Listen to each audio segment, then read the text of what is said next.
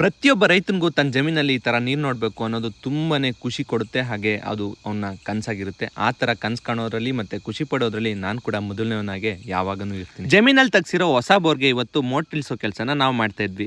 60 ಅಡಿಗೆ ವಾಟರ್ ಸಿಕ್ತು. ಆದರೆ ಇದು ಬಂದಿರೋದು ನೀರು 120 ಅಡಿಗೆ. ಹಾಗಾಗಿ ಅದಕ್ಕಿಂತ ಇನ್ನೊಂದು 2 ಲೆಂತ್ ಜಾಸ್ತಿ ಇರಲಿ ಅಂದ್ಬಿಟ್ಟು ನಾವು ಒಟ್ಟು ಇದಕ್ಕೆ 8 GA ಪೈಪ್ನ ಬಿಟ್ಟಿದ್ದೀವಿ.